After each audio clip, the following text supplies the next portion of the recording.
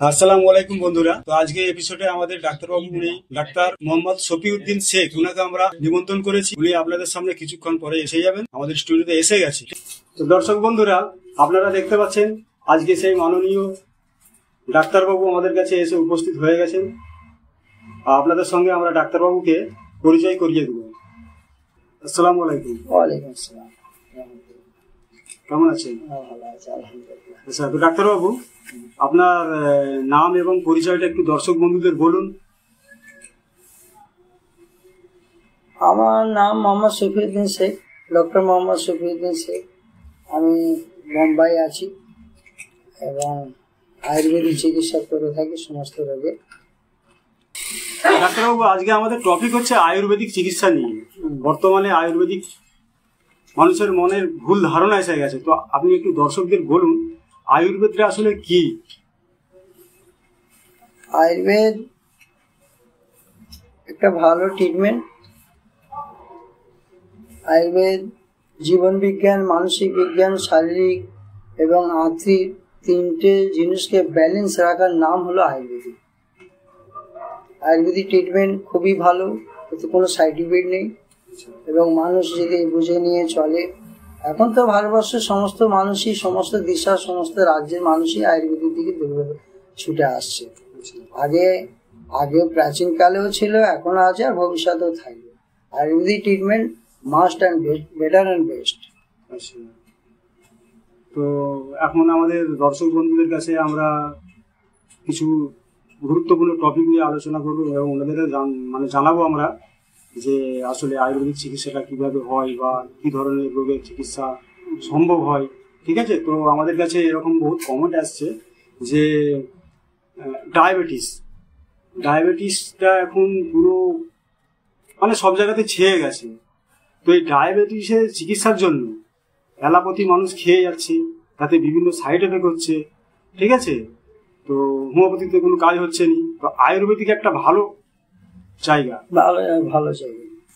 তো সেটা একটু যদি বলেন ক্লিয়ার করে তাহলে। এখন বিষয় হচ্ছে যে ডায়াবেটিস প্রত্যেক ঘরে ঘরে, ভারতবর্ষের স্টাডিতে, সারা বিশ্বে একটা স্টাডিতে এসেছে যে এখন ভারতবর্ষের কথাই বলি যে 10 জনের মধ্যে 2 জন, 10 জনের মধ্যে 2 জন ঘরে ঘরে ডায়াবেটিস। এখন এই রোগটা পুরো ছেয়ে গেছে ভারতবর্ষে এবং 20% আপেও চলে গেছে, এমন পরিস্থিতি সার্ভেতে আসা যাচ্ছে। তো এই ডায়াবেটিস হয়ে যাচ্ছে মানুষের বিভিন্ন ডায়েট কেনা ফলো করে চলার ফলে, মানসিক স্ট্রেস, মানসিক চিন্তা ভাবনা, দৌড়ধাপের জিন্দগি এবং খুব অত্যাধিক তেল মশলাযুক্ত খাবার এবং বিনা ফাইবার খাবার না খেয়ে ফাইবারযুক্ত খাবার মানুষ খাচ্ছে না, যার কারণে ডায়াবেটিসের পরিস্থিতি এমন এসেছে, ডায়াবেটিস হয়ে যাচ্ছে। কিন্তু একে প্রতিকার করতে হবে। আর ডায়াবেটিসটা হয় কেন? যে আমাদের শরীরে তেল মশলাযুক্ত খাবার, অত্যাধিক কার্বোহাইড্রেট জাতীয় খাবার, অত্যাধিক খাবার, ভাত খাচ্ছে, অত্যাধিক মিষ্টি জাতীয় খাবার খাচ্ছে। এই সমস্ত খাবারের ব্যালেন্স না হওয়ার কারণে ডায়াবেটিস হয়ে যাচ্ছে। তো আমাদের শরীরে একটা পেন ক্লিয়ার বলে আছে, বিটা সেল থেকে পেন ক্লিয়ারকে সাপোর্ট করছে এবং পেন ক্লিয়ার সেই ইনসুলেশন হরমোন তৈরি করছে। ইনসুলেশন হরমোন কি করে? তার শরীরের কোষকে নিয়ে যে এনার্জিতে কনভার্ট করতেছে, এই এনার্জিতে কনভার্ট করলে মানুষ সুস্থ থাকে, ভালো থাকে এবং নর্মালি থাকে। আপনাদের আয়ুর্বেদিকের যখন ডায়াবেটিস আসে তার কতগুলো লক্ষণ আছে, যেমন শরীর ওজন কমে যায়, শরীর শুকিয়ে যায়, ঘড়ি খুব তাড়াতাড়ি খিদে পেয়ে যায় এবং শরীরের পানি পিপাসা অতিরিক্ত লাগে এবং পেশাব ঘন ঘন হয়। এই সমস্ত লক্ষণ দেখলে ডায়াবেটিস। আর রিপোর্ট করলে পাওয়া যায় সাধারণত ডায়াবেটিস 80, খালি পেটে 80 থাকা চাই, ভরা পেটে 140 থাকা চাই। এর আপে গেলে বা 145 হলেও চলবে, ওর উপরে গেলেই ডায়াবেটিস। তো এর প্রতিকার করতে গেলে ডায়েটকে ফলো করতে হবে। Diet is best. ডায়েটকে যদি না ফলো করা চাই তাহলে ডায়াবেটিস মাঝখানে একটা প্রশ্ন করি। তো এই ডায়াবেটিসের জন্য আপনাদের আয়ুর্বেদিক কি ধরনের কি ওষুধ সাজেস্ট করে? ডায়াবেটিস আমাদের দেখতে হয় যে কতটা ডায়াবেটিস আছে, সেই হিসেবে ওষুধ হয় এক একটা রোগীকে এক একটা। তবে বেশিরভাগ দেওয়া হয় আমরা নিম করলা জামুনের জুস দেওয়া হয় এবং ডায়াবেটিস একটা ক্যাপসুল দেওয়া হয়। এবং ডায়াবেটিসকে সুস্থ থাকতে গেলে শুধু ওষুধের উপরে ডিপেন্ড করতে হবে না, ডায়েটকেও ফলো করতে হবে। ডায়েট হচ্ছে বেস্ট। ও ডায়েট যদি ফলো করে ওষুধ না হলে, আর খুব অতিরিক্ত যদি ডায়াবেটিস হয়ে যায়, যদি দেখা গেল তার 170 আছে, 180 আছে বা 200 আছে, 200 আপেও চলে গেছে, তাহলে সেখানে ওষুধের দরকার পড়ে। আর যদি 170-60 থাকে তাহলে ডায়েটকে ফলো করলে তাহলে ডায়াবেটিসকে নিয়ন্ত্রণে নিয়ে আসা যায়। ডায়েটটা কি, প্রথম ডায়েটটাই আমি বলি, কেন এখানে এই টপিকটা খুব সুন্দর একটা টপিক। এই টপিকটা যেহেতু আপনারা করেছেন, এই টপিকটা হচ্ছে যে এখন ঘরগত ডায়াবেটিস হচ্ছে। আর আমার বক্তব্য এখানে একটা আছে যে এই ভিডিওটা যারা দেখছে বা দেখবেন ভবিষ্যতে, তাদের কাছে আমার একটা বার্তা রইল, তারা যেন মন দিয়ে শোনে যে ডায়াবেটিস যাদের হয়নি তারাও যেন এটি থেকে পরিত্রাণ পায়, যাতে না তার লাইফটা কভার করে চলে যাবে, ডায়াবেটিস হবে না। এর একটা মাস্ট উপায় হলো, এর একটা ভালো সলিউশন হলো যে সে সুগার কার্বোহাইড্রেট খাবার থেকে দূরে থাকে। কার্বোহাইড্রেট খাবার সুগার নিয়ন্ত্রণ করতে গেলে সর্বপ্রথম তাকে সকালে একটু দৌড়াদৌড়ি চলাহাঁটা করতে হবে, এক্সারসাইজ করতে হবে। একটা সায়েন্স স্টাডিতে একটা কথা এসছে যে muscle is the largest glucose Singh in the body. তাকে এক্সারসাইজ কমন তাকে করতে হবে। খাবারটা মানুষকে ডায়াবেটিস করে দেয়। কার্বোহাইড্রেট যেমন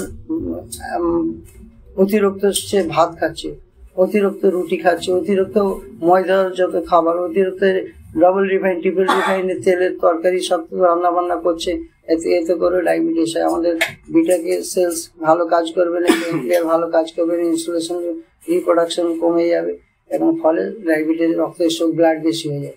কিন্তু আমার এখানে একটা বলার বক্তব্য হচ্ছে যে যারা ডায়াবেটিস হয়নি তারা যদি আজ থেকে এখন থেকে যদি মিষ্টি খাওয়া কমিয়ে দেয়, কার্বোহাইড্রেট খাবারগুলো যদি কমিয়ে দেয়, তাহলে তার জীবনটাকে ক্রস করে যাবে, ডায়াবেটিস হবে না। তাকে একটু এক্সারসাইজ করতে হবে, একটু প্রোটিন জাতীয় খাবার খেতে হবে। ডায়াবেটিস মাস্ট প্রোটিন খাবার খেতে হবে। প্রোটিন খাবার যদি না খায়, ওষুধের থেকে বেশি মেনটেন করতে হবে, প্রোটিন খাবার খেতে হবে, ফাইবার যুক্ত খাবার খেতে হবে, সবুজ শাকসবজি খেতে হবে, বেশি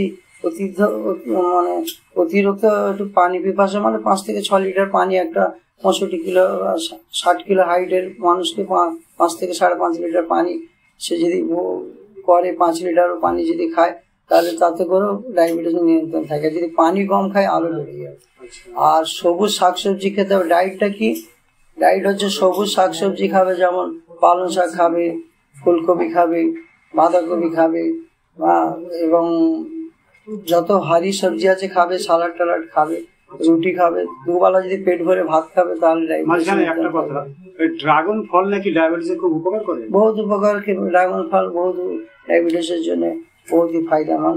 সমস্ত ফলই ফায়দামান, খালি ডায়াবেটিস খুব অতিরিক্ত 200 আপ চলে গেলে তখন কলা টলা খাওয়া যাবে, কলা খেতে পারবে না, যেমন চিকু সবেদা ফলটা খেতে পারবে না, এবং পাকা আম সেটা খেতে পারবে না। কিন্তু খাবে না, কি করবে? খাবে অল্প খাবে, একটা কলা খেলো মাঝে সাঝে, একটা ডাল খেলো মাঝে সাঝে, কিন্তু ফাইবার মনে রাখতে হবে, ফাইবার যুক্ত খাবারটা খেতে হবে। ফাইবার যুক্ত খাবার যেমন ডাল, এতে আছে ফাইবার আছে, এবং ইসবগুলো ভুসি তাকে একটু খেতে হবে যাতে পেটটা ক্লিয়ার হয়, এতে করে ডাইজেশন ক্লিয়ার ভালো হবে, পচন ক্রিয়া ভালো থাকলে সুগারটা নর্মাল থাকবে। আমরা দেখেছি স্টাডিতে যে ফাইবার যুক্ত খাবার একটা ভালো শরীরেও খাওয়া যাবে, আর ডায়াবেটিস হলে তো তাকে খেতেই হবে। আর ভালো শরীর থাকলে তাহলে ফাইবার যুক্ত খাবার খেলে তাহলে আমাদের ডায়াবেটিসটা নিয়ন্ত্রণে থাকে। সবুজ শাকসবজি খাবে, মাছ খাবে, রেড মিট থেকে একটু দূরে থাকবে। তবে যে খাই যদি অল্প খেতে পারে, যেকোনো রোগের পক্ষে রেড মিটটা। এরপরে যদি ডায়াবেটিস পরে রেড মিট যদি সে বেশি বেশি করে খায়, তাহলে পরে একটা বড় সমস্যা আছে। কি সমস্যা? তার হার্ট ডিজিজ নষ্ট হবে, তার কোলেস্টেরল বাড়বে, বিপি বাড়বে, সুগার তো আছে, এবং কিডনি ডিজিজ গুলো নষ্ট হবে, আর এবং রোগী খুব ক্রাশ খেয়ে যেতে পারে, এবং খুব অল্প সময় সে পৃথিবী ছেড়ে তাকে চলে যেতে হবে। এখন গল্প হচ্ছে যে ডায়াবেটিস যাদের হয়ে গেছে তাদেরকে পর্যাপ্ত পরিমাণ পানি, পর্যাপ্ত পরিমাণে তাকে ঘুমোতে হবে, কেন একটা ঘুমের মধ্যে আমাদের সেলগুলো ফের রিপেয়ারিং করে, সেলগুলো মজবুত থাকে এবং সেলগুলো ভালো থাকে, যাতে ডায়াবেটিস ইনসুলেশন হরমোন তাকে নিয়ে গেলে সেলফে নিয়ে গেলে সেলফ যেন অবজার্ভ করতে পারে।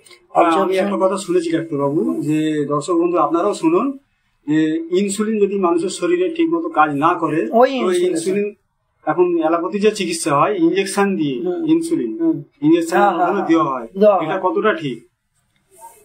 ইনসুলেশন এখন যদি রোগী বাঁচানোর ক্ষেত্রে ইনসুলেশন দেওয়ার জন্য প্রযোজ্য হয়ে যায়, যদি দিতে হবে, কিন্তু কথা হচ্ছে ইনসুলেশন না দিয়ে যদি এইভাবে ডায়েটে থাকে, তাহলে বান্দা সে সুস্থ থাকবে। তাকে পর্যাপ্ত পরিমাণ খানা খেতে, পর্যাপ্ত পরিমাণ পানি, ঘুম এবং ফাইবারযুক্ত খাবার, স্ট্রেসটা খুব মেন একটা ইম্পর্টেন্ট রোল প্লে করে যে স্ট্রেস নিয়ে। এখনকার মানুষ 70% সার্ভে করে দেখা গেছে যে 70% মানুষ পারিবারিক টেনশন, ঘরোয়া ব্যাপারে টেনশন, অর্থনৈতিক টেনশন, বিভিন্ন দৌড়ধাপের টেনশনের স্ট্রেস নিয়ে সে জীবনযাপন করে এবং খান পান এমন সব মানে ফ্যাক্টরি প্রসেসের যে ফ্যাক্টরি প্রসেসের যে খাবারগুলো যে আসে, যেমন লুডোস, চিপস, বার্গার, আরো সব বিভিন্ন সব চিপস বাগারা সব আসে, বিস্কিট বাগারা, এই ফ্যাক্টরি যুক্ত কেমিক্যাল যুক্ত এসব খাবার চলবে। আর সরষের তেলের তরকারি খাবে, আর ডবল রিফাইন, ট্রিপল রিফাইন সব ডক্টররা বলে থাকে, সব ভুল কথা। বাইরের খাবার না খাওয়াই ভালো, ঘরের খাবার খাবে। তেলযুক্ত খাবার যতটা কম খাওয়া যায়, দর্শকদের কাছে আমি ওটাই বলবো, ডাক্তারবাবু যেটা বলতে চাচ্ছি, অতিরিক্ত তেল খাওয়া কমাতে হবে, বাইরের খাবার খাওয়া কমাতে হবে, আর ফাইবারযুক্ত খাবার, একটু বাদাম খেতে হবে। বাদামে ফাইবার প্রচুর আছে, আমাদের পচন ক্রিয়া ভালো করে, এবং প্রোটিন খাবার, ডিম খাবে, একটু বাদাম খাবে, একটু আখরোট খাবে। এটাগুলো কি পেটটা ভারীও থাকবে, ভরেও থাকবে, আর আত্মা ভরবে, এবং সুগার বেশি তৈরি হয়নি, বাদামে সুগার নেই। এটা ফাইবার খাবার আর প্রোটিন খাবার, আর মাছ টাছও খাবে, শাকসবজি খাবে ভরপুর। তার জন্য তো ডায়াবেটিস রোগীর জন্য শাকসবজি, ফলমূল নিয়ে তাকে চলতে হবে। একটা করে এমনি একটা কথাই আছে, একটা আপেল একটা ডক্টর, একটু তাকে আপেল খেতে হবে, তবে নয় ডেলি নয় খাবে, একদিন দুদিন ছাড়া খেলেও চলবে। ভিটামিন সি জাতীয় খাবার খাবে, যেমন একটু লেবু, একটু কমলা লেবু, একটু মোসাম্বি জুস, এইসব। মাঝখানে একটা কথা বলুন, যে ধরুন মিষ্টি, আমরা তো যারা সুস্থ মানুষ সকলেই তো মিষ্টি খেতে ভালোবাসি। ধরুন কোনো একজন ব্যক্তির ডায়াবেটিস হয়ে গেছে, তো সে কি কোনোদিনও মিষ্টি খেতে পারবে না? মিষ্টি খাবে, যদি তার সুগার 200 আপে চলে যায় বা 250 চলে যায়, তাহলে তার জন্য মিষ্টি একদম জহরে পরিণত। এবারে যদি সে সুগারকে নিয়ন্ত্রণে নিয়ে আসে, যদি সেই ডায়েটকে ফলো করে, তাহলে একটা আড্ডা খেলে খেতে পারে। এই যে আজকাল বিয়ে বাড়িতে কোনো অনুষ্ঠানে গেল, কোন একটা মানুষ সুস্থ আছে, ডায়াবেটিস হয়নি, এখানে একটা মজার কথা আছে, এখানে একটা কথা আমার বলা হচ্ছে না, আমি বলছি যে ডায়াবেটিস যাদের হয়নি তারা কিন্তু ডায়াবেটিস, আজ আপনি রিপোর্ট করলেন ডায়াবেটিস, ডক্টর বললো আপনার ডায়াবেটিস এসছে, কিন্তু ডায়াবেটিস হওয়ার আগে এই খেলাটা 5 বছর আগে থেকে চলে। যখন তার শরীরে সিমটম দেখা দিল, তার শরীর ওজন কমে গেল, তার শরীরে ঘন ঘন পিসাব হতে রইলো, যখন তার শরীরে ওজন কমে গেল, তাকে সবাই যখন বলছে কি অবস্থা তোর, তখন একটা চেক আপে রিপোর্ট করে বলে তোর সুগার হয়েছে বা আপনার সুগার হয়েছে, ডক্টর বলে দিল। কিন্তু এর খেলাটা 5 বছর আগে গুলো অনেক ডাক্তাররা অনেক পেশেন্টকে বলে, কেউ বলেনি, অনেক পজিটিভ ডাক্তার আছে, তারা কিন্তু এগুলো যারা পেশেন্টকে আসে তারা বলছে এই খেলাটা কিন্তু অনেকদিন আগে খেলে। যেমন আপনাকে একটু উদাহরণ আমি দিই, যেমন আমরা কার্বোহাইড্রেট খাবারগুলো যখন খাই, ভাত টাত বেশি করে খাই, যখন আমাদের শরীরে বেশি সুগার রক্ততে যায়, তখন আমাদের ইনসুলেশন কি করে, ও বেশি রক্তকে সুগারকে মেনটেন করার তার ও প্রচুর মেহনত করে। একদিন মেহনত করতে করতে করতে করতে দেখা গেল যে ও বান্দা ওইভাবেই খেয়ে চলেছে, সে লাস্টে হাত তুলে দিল। তারও তো একটা সময় আছে, সে হাত তুলে দিল যে ভাই রে আমি আর পাচ্ছি নি, আমার দ্বারা হচ্ছে না, তুমি এমন একটা মানুষ, তুমি খেয়েই চলেছো, তোমার শরীরে একটা বাধা বিঘ্ন আসতেছে, আমি কাজ করেই চলেছি। কে করছে? ইনসুলেশন হরমোন সে করছে। এবার ইনসুলেশন হরমোন যখন সে রেজিস্ট্রেশন করতে পারছে না, সে যখন আর রিজেনারেট করতে পারছে না, যখন প্রোডাকশন করতে পারছে না, তখন রক্ততে বেশি সুগার হয়ে যাচ্ছে। রক্ততে বেশি সুগার হয়ে যাওয়ার পরে তখন রোগটা সিমটম ধরা পড়ছে। সিমটম যখন ধরা পড়ে যাচ্ছে, সে ডাক্তারখানায় যাচ্ছে, রিপোর্ট করছে যে সুগার। কিন্তু যদি আমরা প্রথম থেকে, আমার বলার বক্তব্য এখানে, যদি আমরা প্রথম থেকে যদি আমরা সুগারকে মেনটেন করি, মিষ্টি জাতীয় আছে যেমন চিনি, এই একটা হচ্ছে স্লো পয়জন, ফ্যাক্টরি প্রসেস। গুড় আপনি মিষ্টির জন্য চাইতে হোক, কেমন মিষ্টি, বাতাসা, গুড়ের বাতাসা। আগেকার আমার মানুষরা মুড়ির সাথে, চিনের সাথে গুড়ের বাতাসা খেত। গুড় যদি খাই মিষ্টির তারে অল্প করে খেলে শরীরের জন্য বেটার, এবং কি আমাদের সেল গুলো ভালো কাজ করে, এবং আমাদের পজিশনটা, পচন ক্রিয়া, ডাইজেশন সিস্টেমটা খুব ইনক্রিজ করে। ডাইজেশন সিস্টেম এত সুন্দর গুড় খেলে হয়। কিন্তু এমনি কথায় আমরা ছোটবেলা খেয়ে এসেছি ছোলা গুড়, সকালবেলা এক্সারসাইজ করতে যেতাম, ছোলা গুড় খেতাম, একদম কি শরীর ফিট থাকতো। কিন্তু এখন তো এখনো মনে হয়নি যেন আপনার বয়স হয়ে গেছে। হ্যাঁ, আল্লাহর ইচ্ছা। তো গুড় মানে মিরাজ বলি যে তেজ করে এবং ডাইজেশন ইনক্রিজ করে, ডাইজেশন পচন ক্রিয়া খুব সুন্দর করে, ফলে মানুষ যা খায় হজম হয়ে যায়। তা কিন্তু এখন যে প্রসেস, এখন একটা দুটো জহর বেরিয়ে আছে, তিনটে, আমি বলবো আমার ভাষায় তিনটে, আমি দর্শক বন্ধুকেও বলছি যে তিনটে জহর কি চিনি, নাম্বার 1 ও একটা স্লো পয়জন মানুষের শরীরে করে। নাম্বার 2 হচ্ছে এই যে আজকাল বাজারে যে কোম্পানি সব তেল তৈরি করছে, ডবল রিফাইন, ট্রিপল রিফাইন যে তেলগুলো আছে, এগুলো সুগার আর কোলেস্টেরলের জন্য একদম রামবাড় ওষুধ, মানে কাজ করে, মানে সুগারকে বেড়ে দেওয়ার কাজ করে। আর এগুলো কি করে, বিভিন্ন কোম্পানি বানিয়ে রেখে দিয়েছে, মানুষ রোগে পড়ে যাচ্ছে, লাস্টে ডক্টরখানায় যাচ্ছে, হাজার হাজার টাকা পকেট থেকে বেরিয়ে যাচ্ছে। আর একটা পয়জন আছে, সেটা হচ্ছে চায়ে এক ধরনের জহর আছে, চায়ের জহরটার নাম হচ্ছে ক্যাফিন।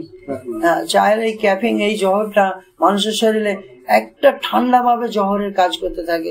যদি কোনো মানুষ 8 থেকে 10 কাপ চা খায়, তার লিভারের সমস্যা আসে। ওই জহরটা একদিন টক্সিন নামে, ওই জহরটা নিজে টক্সিন নামে শরীরে পদার্থ তৈরি হয়ে যাবে, হয়ে অনেক শরীরে ক্ষতি করে দেবে। তা এই তিনটে জহর আমার নজরে দেখছি যে মানুষ এইটাকে তিনটেকে খুব উভয়ে উপভোগ করে চলেছে। চিনি আর ওই ফ্যাক্টরি প্রসেসের যে তেলগুলো, সে ডবল রিফাইন, ট্রিপল রিফাইন। আমার মতে বলে, আমার বাপদাদার আমল থেকে আমরা দেখে আছি, পিওর ঘানার তেল আপনার নিয়ে তরকারিতে তো মানে রান্নার জন্য ব্যবহার করবেন। পিওর সর্ষের তেল, আর তাও পরিমাণ খুব কম, কেন সর্ষের তেল কোনো ক্ষতি হয়নি। আগেকার লোক গায়েও মাখতো, রান্না করেও খেত, চুলেও মাথায়ও মাখতো, কোনো অসুবিধা নেই। কিন্তু রিফাইন তেল আজ থেকে ছেড়ে দিন, চিনি ছেড়ে দিন, আর চাও কম করে খান। ডাক্তারবাবু, আমাদের কাছে আরো একটা রুগী এসছে, ও আগে আপনার কাছে চিকিৎসা করেছিল, তো এখন মোটামুটি দর্শক বন্ধুদের কাছে ওর সঙ্গে একটু পরিচয় করিয়ে দিন, ঠিক আছে? এবং কিছু ওষুধপত্র আরো মানে দিতে হবে আর কি। এখন সুস্থ আছে, ওকে আমি একটু ডেকে দিচ্ছি আর কি, ঠিক আছে?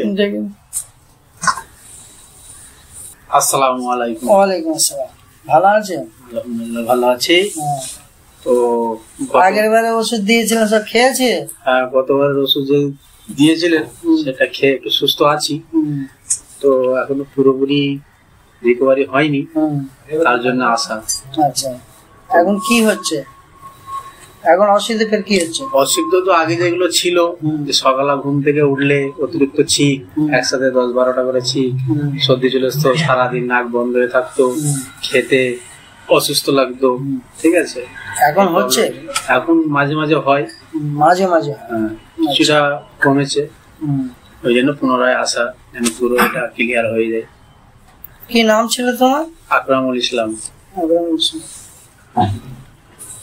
আচ্ছা, ঠিক আছে, আমি ওষুধ দিচ্ছি, আর কিছু ওষুধ চেঞ্জ করে দিচ্ছি।